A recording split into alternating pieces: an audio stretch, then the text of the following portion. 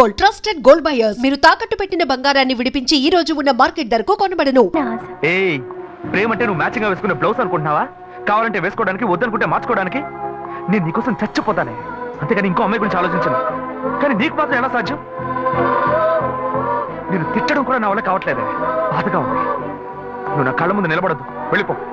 నేను చెప్పేది అర్థం చేసుకో శివ, నువ్వు ఒక మంచి నిర్ణయం తీసుకోవాలి. నువ్వు నిర్ణయించుకున్నావుగా, మూసుకొని పో. భావం చేసుకుంటా శివ, నేను చెప్పేది విను. నువ్వేం చెప్పక్కర్లేదు, పోవే. శివ, నేను ఎలాగో నాశనం అయిపోతాను.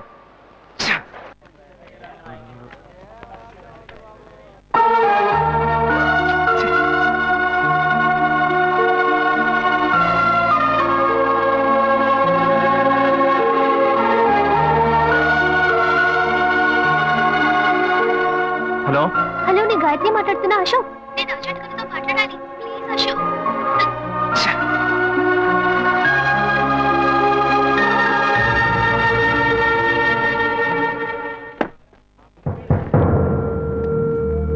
గాయత్రి ఫోన్ చేసిందా? ఎందుకు? ఏం లేదు, నాకు ఫోన్ చేసింది. నీకు ఫోన్ చేస్తే నువ్వు తీయట్లేదటగా. ఎందుకురా గొడవ? నా మాట వినరా, తను పోలీస్ కేసు పెడతానంటుందిరా. Police case? అదంతా నేను చూసుకుంటాను, కానీ నువ్వు వెళ్ళు. మావా, నేను నీ మంచిగా చెప్తున్నానరా. ఈ అడ్వైస్లే వద్దురా, నువ్వు బయలుదేరు. తొక్కల అడ్వైస్. ఆ తర్వాత నీ ఇష్టం.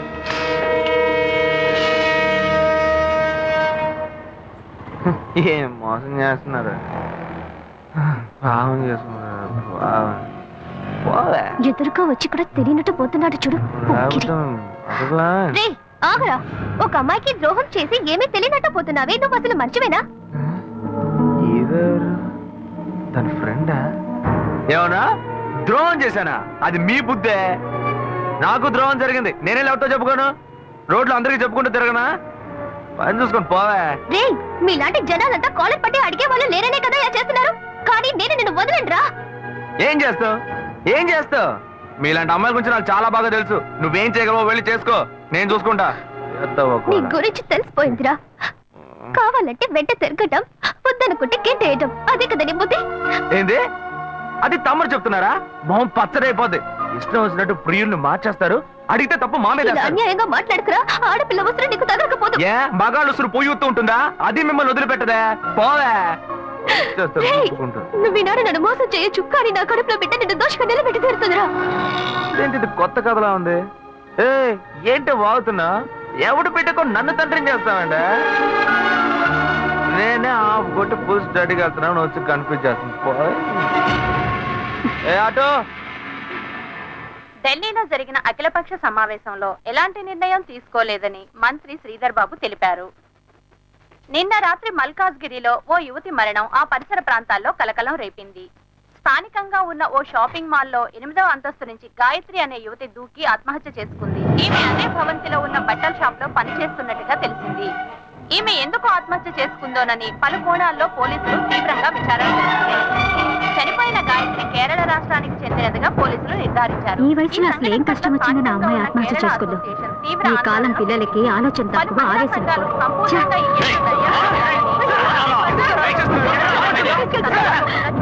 Order order order. మీ తరఫున వాదించడానికి లాయర్ ఎవరైనా ఉన్నారా? నేనే ఒక లాయర్ అవడం వల్ల కొన్ని విషయాలు నేను వాదిస్తేనే నేను మీకు క్లియర్ గా చెప్పగలను.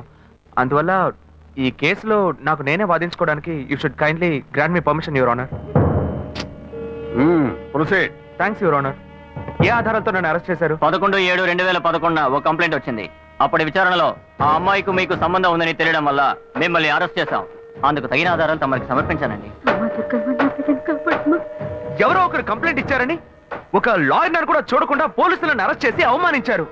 మన న్యాయవాద వృత్తికి ఇది ఒక కళంకం. ఆ విధంగా నువ్వు మాట్లాడకూడదు. నీ మీద నేరం పడింది. మిగతా వాళ్ళని నీతో కలుపుకుని మాట్లాడకూడదు. నీ మీద కంప్లైంట్ ఇచ్చింది ఎవరో కాదు, నీ తోడబుట్టిన సొంత అన్న. గడచిన 25 సంవత్సరాలుగా ఒకే ఇంట్లో ఒకే కుటుంబంగా కలిసి జీవిస్తున్నారు. నీ అన్నే నీ మీద నేరారోపణ చేసినప్పుడు దాన్ని ఎలక్షన్ చేయడం కుదరదు. అందుకనే కోర్టు ఈ కేసుని స్పెషల్ గా టేకప్ చేసింది. మిస్టర్ శివ, ఏ ఆధారంతో తన మీద మీరు కంప్లైంట్ ఇచ్చారు? ఆ అమ్మాయి ఆత్మహత్య చేసుకోవడానికి ముందు ఆ రోజు రాత్రి నాతో మాట్లాడింది. అప్పుడు నేను వేరే టెన్షన్లో ఉన్నాను. ఆ అమ్మాయి ఎందుకు కోపంగా మాట్లాడిందో నేను కొంచెం కూడా ఆలోచించలేదు. ఆ అమ్మాయికి నాకు ఎటువంటి సంబంధం లేదు. ఇంతకుముందు ఆ అమ్మాయి నేను చూసింది కూడా లేదు. అప్పుడే ఆలోచించాను, ఒకవేళ నా తమ్ముడు అనుకుని నాతో మాట్లాడుంటుంది అని. వీడికి చాలా మంది అమ్మాయిలతో లింక్ ఉంది. ఆ అమ్మాయి చావుకి వీడే కారణం అని నాకు సందేహం వచ్చింది. నేనే వీడిని కొట్టి చంపేస్తుండేవాడిని. కానీ వీళ్ళంటి ఎదవలకి మీరు వేసే శిక్ష అమ్మాయిల విషయాల్లో ఆడుకునే వాళ్ళకి ఒక భయాన్ని ఏర్పరుస్తుంది. అందుకే పోలీసులకు కంప్లైంట్ ఇచ్చారు. మొదట్లో వాళ్ళు నమ్మలేదు. ఆ తర్వాత ఎంక్వైరీ చేసి ఆ అమ్మాయి ఇంట్లోంచి ఫోటోలు, వీడిచ్చిన గ్రీటింగ్ కార్డ్స్ దొరికిన తర్వాతే వీడిని అరెస్ట్ చేశారు. ఆ ఫోటో వల్లే దొరికిపోయానా? లేదు, ఒక చిన్న డౌట్ వచ్చి అడుగుతున్నాను. ఆ ఫోటోలో ఉండేది నేనే అయి ఉండాలా ఏంటి?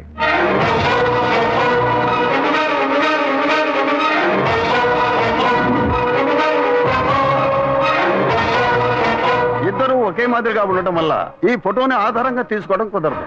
వర్కౌట్ అయిపోయింది. దొరికావరా? ఆ అమ్మాయి ఆఖరిసారిగా మీ సెల్కే ఫోన్ చేసింది. ఆమె కాల్ డైల్ నెంబర్లో మీ నెంబర్ నమోదైంది. దీనికి మీరేం చెప్తారు? అయ్యుండదు సార్. నేను నిజాయితీ గల లాయర్ని. నాకు చాలా మంది క్లయింట్స్ ఉన్నారు. ఆ అమ్మాయికి ఉన్న సమస్యకి ఎవరినైనా ఐడియా అడుగుంటుంది, వాళ్ళు నా నెంబర్ ఇచ్చి ఉంటారు.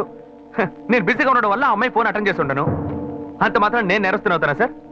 ఇప్పుడు నేను మీకు ఫోన్ చేస్తాను, మీరు ఎత్తలేదు, నేను చస్తాను. నా చావుకు మీరే కారణం అవుతారా? అప్పుడు పోలీసులు మిమ్మల్ని కూడా అరెస్ట్ చేస్తారా? సార్, వీడు తప్పు చేసి లాయర్ తెలివితేటలతో కన్ఫ్యూజ్ చేసి తప్పించుకోవాలని చూస్తున్నాడు. అనే నా మీద నేరం మోపుతున్నావు, పర్వాలేదు, నేను నీ తమ్ముడిని. కానీ నా లాయర్ వృత్తిని మాత్రం తప్పుగా మాట్లాడద్దు. తర్వాత బార్ కౌన్సిల్ ఉన్న లాయర్స్ అందరూ నీ మీద కేసు పెడతారు. చెత్త నా కొడక. చూడండి, మీ ముందే ఎంత కోపడుతున్నాడు. Don't use unparliamentary words inside the court. ఏది మాట్లాడాలనుకున్నా ఎమోషన్ అవ్వకుండా, ఆవేశపడకుండా మాట్లాడండి. నా తోబుట్టు అయినందువల్ల ఈ కేసు తీసుకున్నామని చెప్పారు. మా ఇద్దరిని కన్నా పేరెంట్స్ ని పిలిచి అడగండి సార్. వాళ్ళని చెప్పనివ్వండి. ఆ తర్వాత నాకు ఉరిశిక్ష వేసినా ఆనందంగా స్వీకరిస్తాను. అయ్యా, నా బిడ్డలిద్దరూ దుర్మార్గులు కారండి. నా కడుపులో ఒకటిగా ఉన్నవాళ్ళు ఇప్పుడు పాము ముంగేసేలా తెగ కొట్లాడుకుంటున్నారు. చిన్నతనం నుంచి చిన్నాన్ని చూస్తే పెద్దవాడికి అస్సలు పడదు.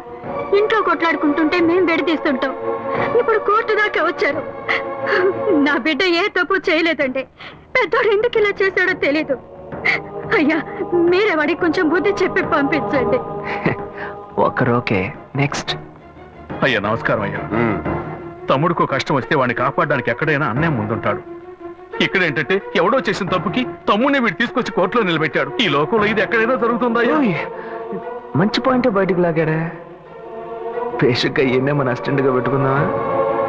నా కొడుకు ఏ తప్పు చేసి ఉన్నాడు, వీడు తప్పు చేసేవాడు కాదయ్యా. మీ తల్లిదండ్రులు ఇచ్చిన వాంగ్మూలం చూస్తే మీ తమ్ముడి మీద లేనిపోని నింద మోపుతూ కేసు పొడిగిస్తున్నారని చెప్తున్నారు. ఇతనే నేరస్తుడు నిరూపించడానికి మీ దగ్గర ఇంకేమైనా ఆధారం ఉందా?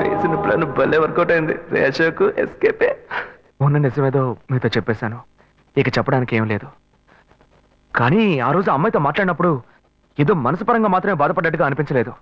శారీరకంగా కూడా బాధపడి ఉండాలి. ఆ అమ్మాయి పోస్ట్మార్టం రిపోర్ట్ మీ దగ్గర ఉంది. వీడికి DNA టెస్ట్ చేయండి. వీడు మంచోడో చెడ్డోడో మీకు తెలుస్తుంది, ఈ లోకానికి తెలుస్తుంది. మళ్ళీ ఇరికించావు కదరా. వీడి అన్ని చెప్పేస్తున్నాడు చూడండి. శివ చెప్పిన విషయాన్ని కోర్టు ఆమోదించి నేరం మోపబడ్డ అశోక్ కుమార్ కి DNA టెస్ట్ చేయించి ఆ రిపోర్టు కోర్టుకు సమర్పించేలా చూడాలని, అంతవరకు అశోక్ కుమార్ విన్నపాన్ని అంగీకరించి అతన్ని కండిషనల్ జామీనుపై విడుదల చేసేందుకు ఈ కోర్టు ఉత్తర్వులు ఇస్తోంది. This court is urgent.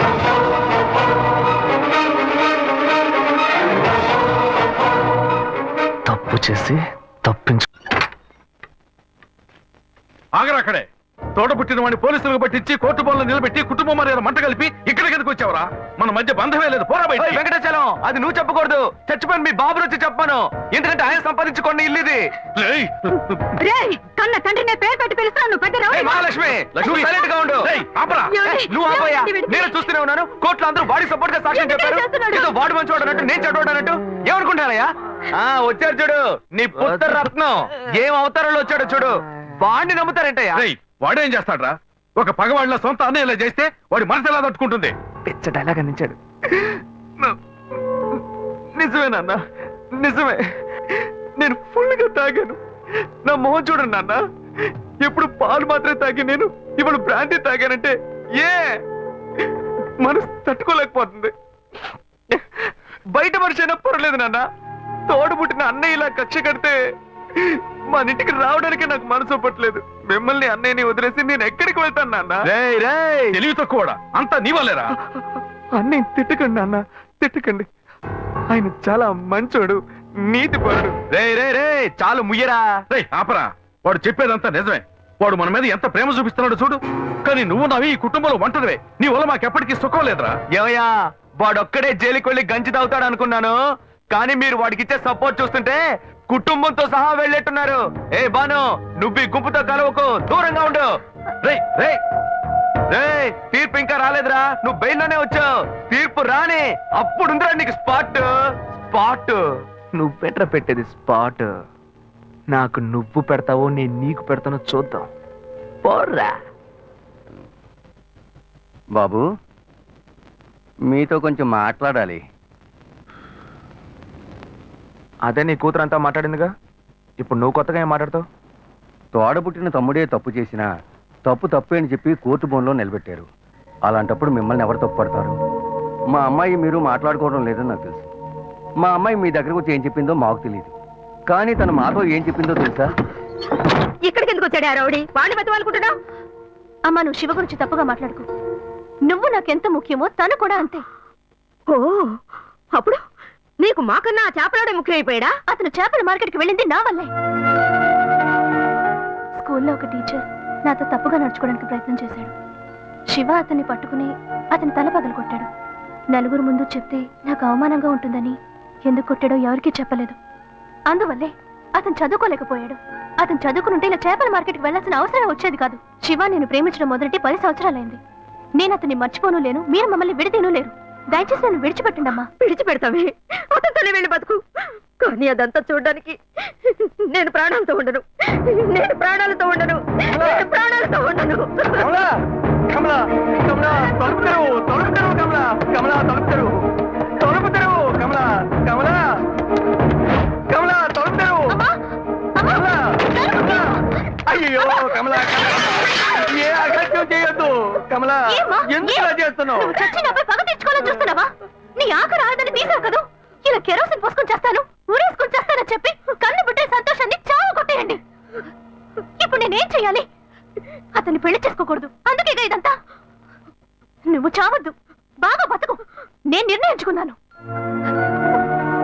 అతనితో కలిసి బతికేదే జీవితం కాదు. అతన్ని తలుచుకుని బతుకుతూ నేను చచ్చిపోతాను. నేను ఇంక శివాని డిస్టర్బ్ చేయను, అతను కూడా మిమ్మల్ని డిస్టర్బ్ చేయడు. కానీ ఒక్కటి, నువ్వు నన్ను వాణ్ణి చేసుకో వీణ్ణి చేసుకో అని చెప్పావో నువ్వు చావు, నువ్వు చావు.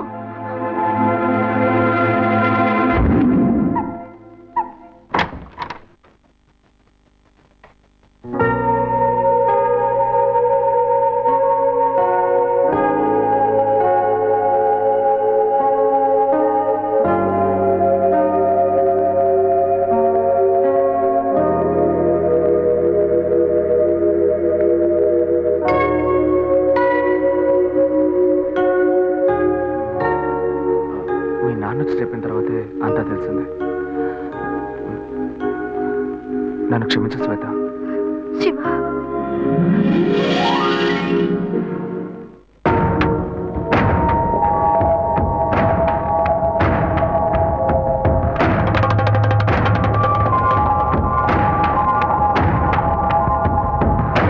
ఇండియన్ క్రిమినల్ చట్టం 1973 మరియు ఇండియన్ సాక్షి చట్టం 1972 ప్రకారం ప్రాథమిక సాక్షుల రికార్డులు పరిశీలించిన పిదప ఈ కోర్టులో నేరం మోపబడిన శ్రీ అశోక్ కుమార్ అనబడే వ్యక్తికి వ్యతిరేకంగా నిర్వహించబడ్డ DNA టెస్ట్ ఫలితాలు మరియు సంఘటన యొక్క సాధ్యాసాధ్యాలు అతనికి అనుకూలంగా ఉండటం వల్ల కుమార్ గాయత్రి మరణానికి తనకు ఏ విధమైన సంబంధం లేదని నిర్ణయించి ఈ కోర్టు అతన్ని నిరపరాధిగా విడుదల చేయడమైనది. అంతేగాక ఇటువంటి నిరర్థక కేసుల్ని మళ్లీ మళ్లీ కోర్టుకు తెస్తే శివాని మెంటల్ హాస్పిటల్కి పంపించవలసి వస్తుందని ఈ కోర్టు హెచ్చరిస్తోంది.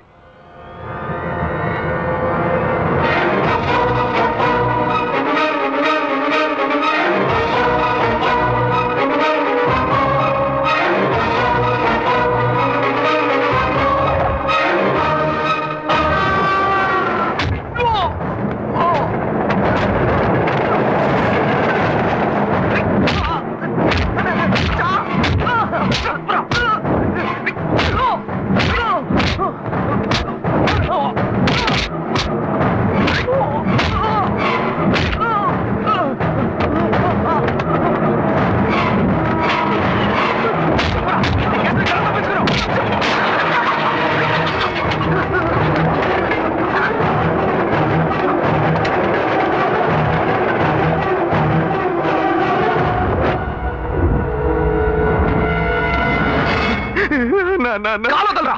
మీరంతా ఎలా తప్పించుకుంటున్నారా? 1500 ఇస్తే అబ్దుల్ కలాంకి అరెస్ట్ వారెంట్. అడుగుతున్నాడు చూడు ప్రశ్న. నా మీద ఏదన్నా నన్న ప్లీజ్ అన్నా, ప్లీజ్ అన్న వద్దన్నా. వద్దు చెప్పు. చెప్తాను. నేను తప్పు చేస్తే నిజమే అన్న. ఆ అమ్మాయి నేను సిన్సియర్ గా లవ్ చేసుకున్నాం. ఇద్దరు కలిసి జీవితం నిర్ణయించుకున్నాం. ఆ సమయంలోనే తప్పు జరిగిపోయింది.